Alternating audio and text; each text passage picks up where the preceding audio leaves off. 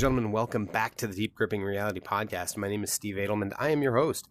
And today you have two different ways that you could be experiencing this podcast. One would be via the traditional method, the podcast, which is on all the major podcast platforms. The second way that you may be experiencing it is via video. So you may be seeing my face in a virtual reality world. Yeah, that's right. I am in Horizon Workrooms, and I'm a huge fan of Horizon Workrooms. I think that it's a fantastic meeting source. It has some of the best audio quality out there by far. And if you don't have Horizon Workrooms, you can appear on that because I send you a link, and that's how I can have guests on the show. So it's a really easy way for me to have guests on the Deep Gripping Reality Podcast. It's a really interesting introduction to the metaverse, and that's what about today's episode is about. I'm going to tell you about a couple of issues that I see that Meta has with their current metaverse platform. So the other way beyond seeing me on this video is watching a video later on either YouTube or Facebook. Now, here's the issue. If you're watching it on YouTube, then that means that I had to download it, had to edit it in other software, and then upload it to YouTube. If you're watching it on Facebook, then odds are you're seeing an unedited version of it that I was able to upload and share directly from the Oculus, from the Quest 2 headset. So you also may notice that the format is weird. Instead of being 16:9, which is the standard that everybody is used to, the landscape view, right? It's probably in a square form. Now, Facebook has Meta has announced that they are going to be addressing that second issue with an update where you'll be able to decide in headset that you want to record your videos in 16:9. That's not my issue.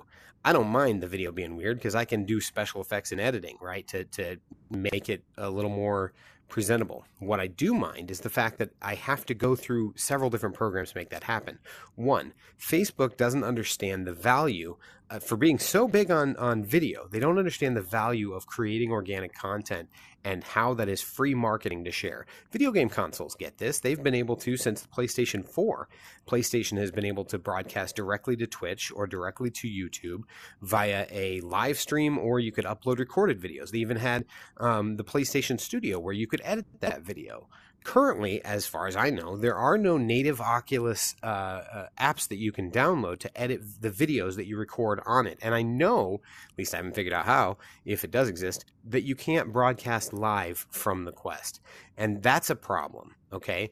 For a company that says that they wanted to build, they changed their name because they wanted to build the metaverse and they wanted to partner with people and said they wouldn't be able to do it alone.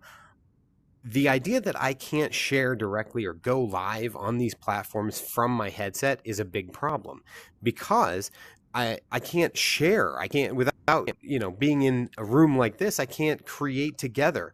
So say for example, I was creating a Horizon Worlds, right? If I was in a Horizon World and I was building that and I wanted to go live to show people what I was building in real time and then maybe invite some other builders in to help me with it, that's not really possible. And I get that I'm just frustrated because we're in the very beginning of this metaverse situation or whatever, but that's just the tip of the iceberg.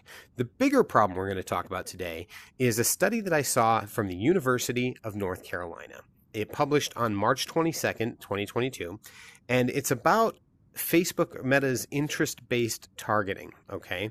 So the issue right now is that when you create a Facebook ad, and Facebook's long been known to be one of the premier targeting when it came to interest-based targeting. Now you could create lookalike audiences and that sort of thing. Generally speaking, if you didn't plan it out, right? If you didn't set up a lookalike audience and you just did interest-based tracking, you just trusted that the algorithm understood people's interests enough. We always knew, and Facebook's been very, very open about this, we've always known that Facebook uses interest-based targeting, inferred interest-based targeting, to help figure out who to put your ads in front of. So if you are a small business or if you're a marketer who helps small businesses do Facebook ads, you might use interest-based targeting, and you understood that Facebook knew who they were delivering to. The problem is the word inferred. We never knew, and we knew that a certain percentage of that wouldn't be good, wouldn't be accurate, but we never really knew why until this University of North Carolina study, which found that interest-based targeting was wrong, inferred interests were wrong 33% of the time, roughly. That doesn't seem like a big number, but when you think about the millions of dollars being spent, if a third of that budget is targeting the wrong people, that's a huge issue. So how was this done? Well, what they did was they created 14 different Facebook accounts, boys, girls, different religions, but they tracked all of the interests that they wanted to try and see. And then they, of course, said, yeah, Facebook, you can track me. You can, follow me to different pages and that sort of thing. And then they tried to see what Facebook picked up. So for example, they went to Apple's store, right? And so you would think that the person would then be able to get, a bunch of ads for the new iPhone or an iPad or even the iWatch or whatever, right? Or Apple TV. No. Facebook didn't say, okay, these guys like Apple, the company. It assumed, I'm calling it a he, the algorithm assumed the inferred interest was that he liked Apple, the fruit. Yeah, you can see why that's a problem, right? Like if I'm a company and I'm trying to sell Apple products and I try to do interest-based targeting and think my ads are going to be going to tech heads who are interested in buying, but they're not going to the right people, that's a problem. That's a waste of money, okay? Another great example was this, and this is how the study actually figured out how or what the problem is, why it's broken.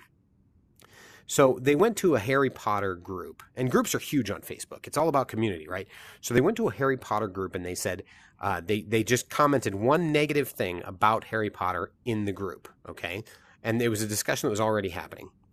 So here's what's interesting. Facebook doesn't take into consideration the connotation. It takes into consideration the interaction, okay? So by going to this group, an open group, didn't have to be a member, and was able to comment on this, Facebook inferred that this person who said, I hate Harry Potter, said all kinds of negative stuff, inferred that they not only liked Harry Potter, the movie, but also the book, and also Daniel Radcliffe, whatever, the guy who played Harry Potter. So it was wrong on all of those things. So you see, the problem was that it wasn't tracking the positive or negative connotation. And that's a problem because in itself, especially for marketers, because as marketers, we are tracking sentiment quite a bit. Okay. We're tracking, not only how many likes people have, how many shares, how many comments. We're also looking at things like, okay, but how many unfollows, how many, unfollow from all, how many sad reactions, was there comments, what was the tone of the comment, right? And that's how we're trying to understand our audience. That's how we're building out our audience avatar. And so for Facebook to screw that up so royally, it's a problem. Now, how does this transfer into Meta, and what made me want to do this episode in the metaverse via Horizon Workrooms? Well, it's very simple. People will want to do ads, and that's going to be a big part of how it's supported, how Facebook and Meta build the metaverse, okay? So companies, there will be partnerships, but also, like, for example, Wendy's is doing the Wendyverse or whatever, and there's a big thing in Horizon Worlds, but I digress.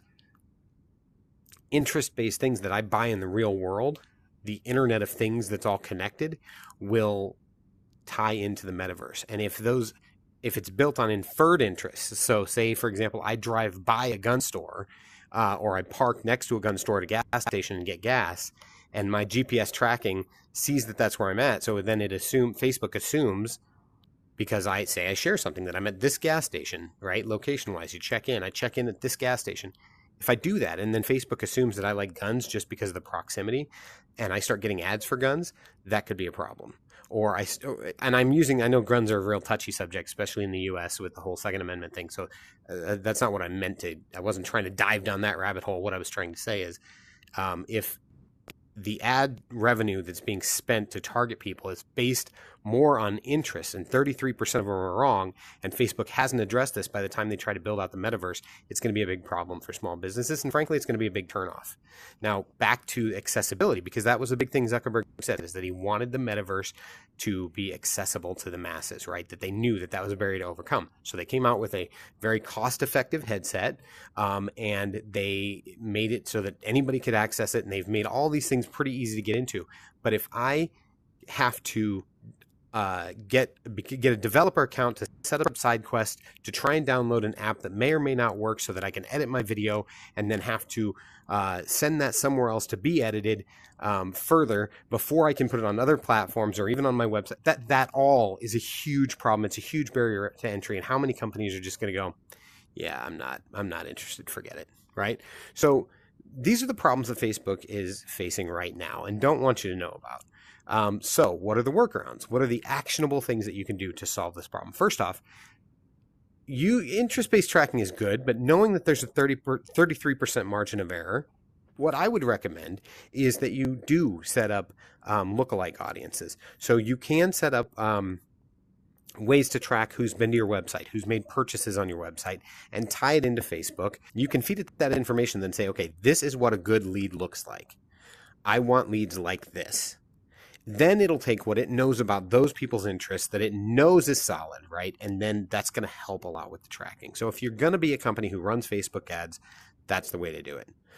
As AI learning gets better, and as all this stuff gets smarter, there's going to be problems like this. All I hope is that as the cost of entry goes up, in other words, right now, Facebook ads, even though they're somewhat expensive, are still insanely low. They're super low valued because, I mean, think about what it costs to run a OTT, over-the-top ad, or a streaming ad through your cable company, or even in the local paper if you chose to do that for some reason, right? Or buy a billboard, which you don't even know the return on that investment, right? So traditional methods compared to the cost of Facebook, which has measurable return on that investment, is still way, way, way, way lower cost-wise than it should be. However, that won't always be the case. So as an honest marketer, my concern for my clients and for myself and for you is that when the cost eventually and inevitably rises to put in those, to make these ads and to buy these impressions and to buy the click-through, that they fix the targeting, okay? They either need to turn off inferred interests and stick to stuff that they know people are interested in, or they need to fix that right away, period. That's all there is to it. I know they're worried about transparency. I know they're worried about safety and privacy, and I'm sure that the iOS situation really screwed them up quite a bit. But the reality is that's no excuse. And if you're going to build the metaverse and you're going to say Facebook is tied into that pretty strongly, then you need to make sure that those who are going to help fund it, and that's a big deal, those that are going to help fund it know that their money is going where they think it's going, or you have another ethics issue. So that's all I got for you today. I really hope that you enjoyed this episode. If you did, do me a favor and share it. Let the world know about it, whether it's the video or the podcast or whatever. Let people know about this because it's important, especially if you know a small business owner who's interested in getting into Facebook ads and understands the high return on value. I'm not saying that you should stop doing Facebook ads. I'm not saying, you know what, Facebook ads, that's it. Nope, we're done. No, what I'm saying is you need to know what you're getting into and that things are being set up right. Because if a Facebook ad is targeted properly, especially with geographic location and lookalike audiences, it's gold. So if you know somebody who's interested in that sort of thing, do me a favor, send this along to check out my website at marketingstrategy.com. I've got a bunch of great free resources on there. And of course, it is home to the Deep Gripping Reality podcast.